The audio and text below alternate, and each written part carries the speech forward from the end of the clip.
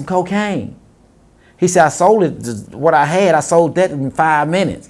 And they just kept coming and kept coming and kept coming and kept coming. Whoa, you daddy, whoa, you daddy, whoa, you daddy in me. It could have been late 83 or early 84. And he was telling me things weren't going right wherever he was doing it at.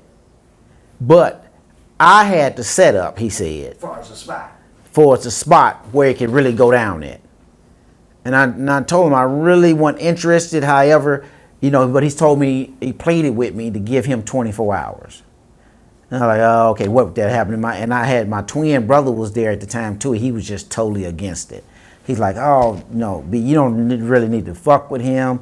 He's a bum. He always begging. He's just running all the negativity about Perry, why I shouldn't do it. And I'm saying to myself, 24 hours is not going to hurt.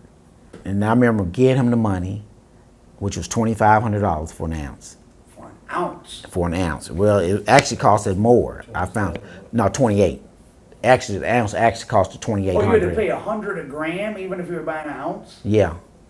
Yeah, it costed $2,800. And I remember the guy coming over and he cooked it up and chopped it up, man. He had the glass little square on the table with, he said he was dime rocks or whatever it was, but he had it all lined up. And so Perry left and he said, oh man, this is gonna take off big, man. He said, this is gonna be really big, you'll see. And so 24 hours came, I think he made $20 or $30. Nothing. And Perry felt it so bad, because I gave him his 24 hours.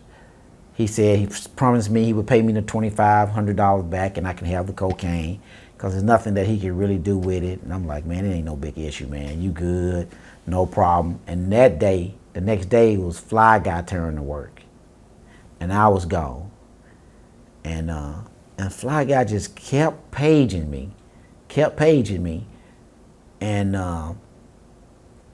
I guess I called him. I don't know how it was. I called him. He said, man, you need to come back. And I was like, is everything okay? He said, yeah, but he said, I don't even want to tell you now. He said, because if I tell you now, you're really not going to believe me.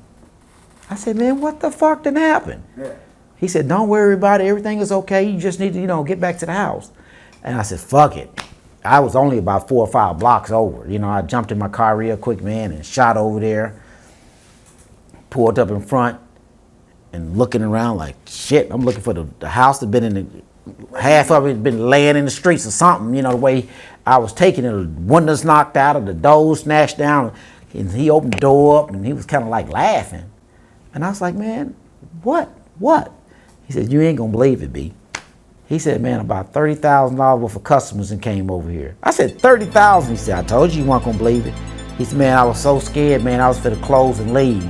He said, the police was out there directing traffic. I said, what happened? He said, they wanted some cocaine. He said, I sold it, what I had, I sold that in 5 minutes. And they just kept coming and kept coming and kept coming and kept coming. And then somebody knocked on the door. He said, see, that's one of them there. Then somebody else knocked. He said, see, I'm trying to tell you, man. He said, they want it. And I said, man, where we gonna get the shit from? What did he say? My brother. So we called his brother. His brother came over thinking that we want some weed. Then I told him, no, we don't want no weed, man. We want some cocaine. And he kind of looked at us strange then, like, some cocaine? When y'all start dealing in cocaine? Yeah. We like today, And that's when he charged us 28. I gave Perry 25. He charged us 2,800 for an ounce. He said, I'll be right back. Gave him the money right then. About an hour later, he was back. And I didn't even know how to cook it up, so I was giving the customers powder and told them they had to cook it up themselves. That's how lame I were. I didn't have a clue how to cook it up. And so that went on for like 5 days. Traffic had slowed down because they wasn't getting crack. They was getting powder. And so I said, man, I got to do something. And I said, what I'm gonna do is I'm gonna put like a gram in the bottler and hook it up. And that's what I did. And it came. Who showed you how to do that? I just did it on my own. Just watching, because I had seen Terry do it. Seen somebody cook it. I seen them even playing with it. And so I put a little powder in it, man, and I did it and played with it, heated up. Then that rock fell to the bottom and I chopped it up. And then some customers showed up when I did it. Fly Guy took it to him while I was playing with it. He sold it out and I was still playing with it.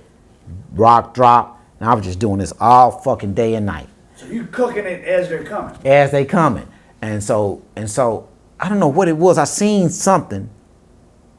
I don't know what it was, man, but that coffee pot.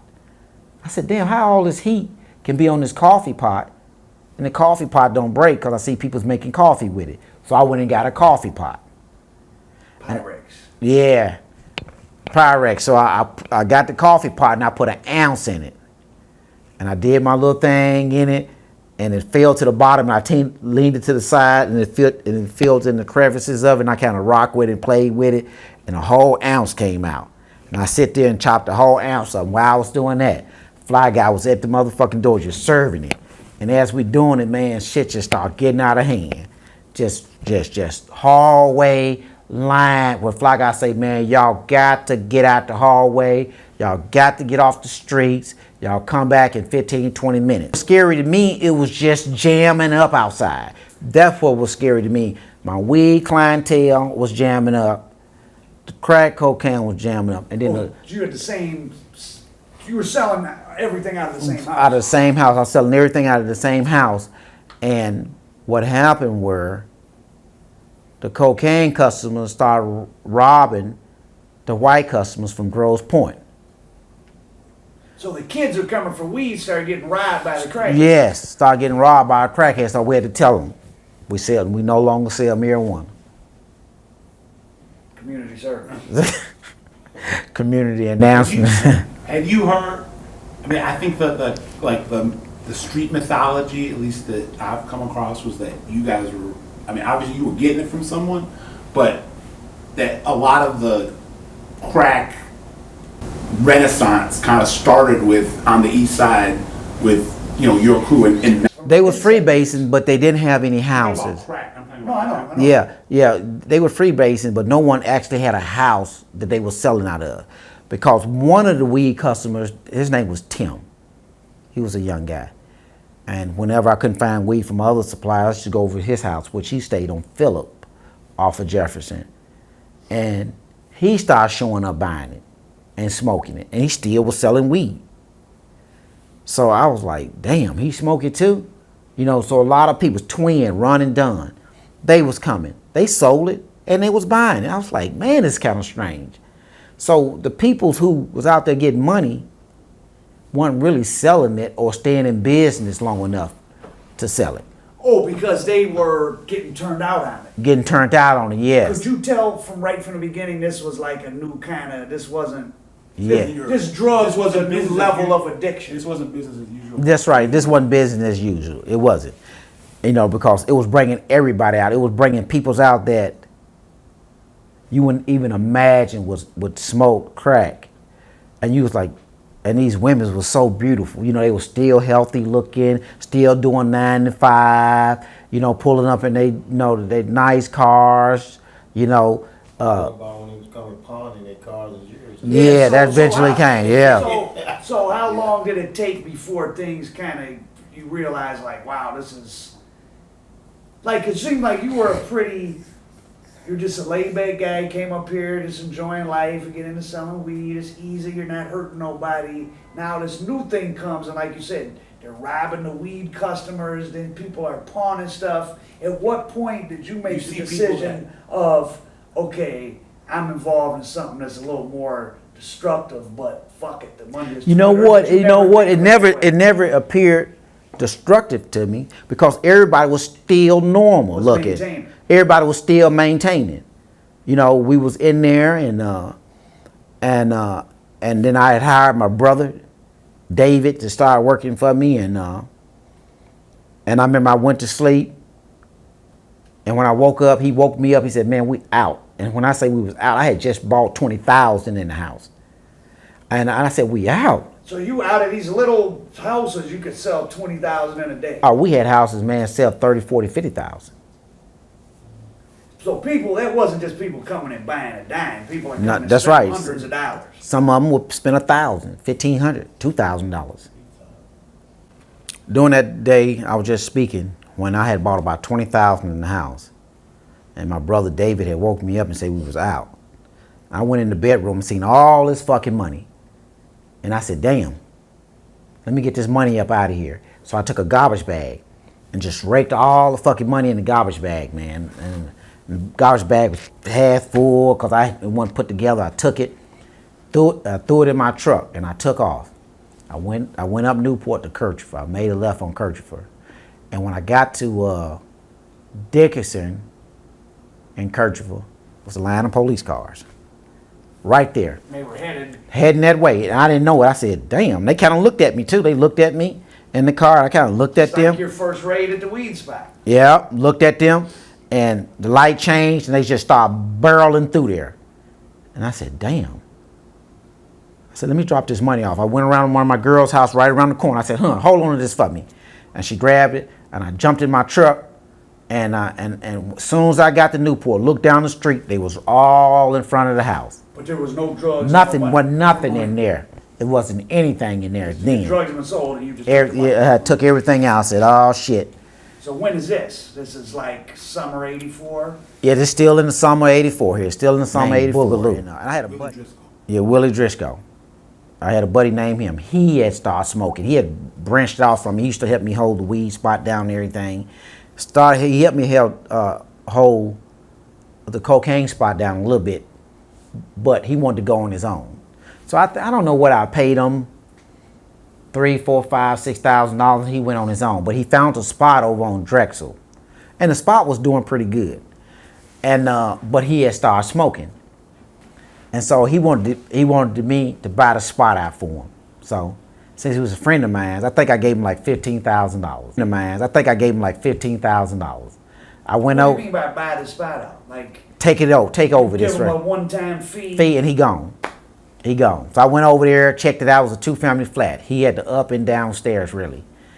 And while we was up there talking, his And brother. all this stuff is in this one little square neighborhood. Yeah, it was all in the same gray street, wasn't that far from Newport. And so his brother was there, and we was all up there talking, man, and I was like, where Boogaloo at? We was upstairs. And somebody looked around, they went in the kitchen. They said, man, he done jumped out the kitchen window. High? Yeah, he was high. When he got high, he got paranoid. I done seen him do that. He'd be like, all, bagging up and get up against the wall and walk the wall down and all that type of stuff, But he had dived out the window and took off running. So the next day we didn't open up there. So now we booming and everything. And Who are you getting the cocaine from? I'm getting it from Terry. I'm getting it At from. what price?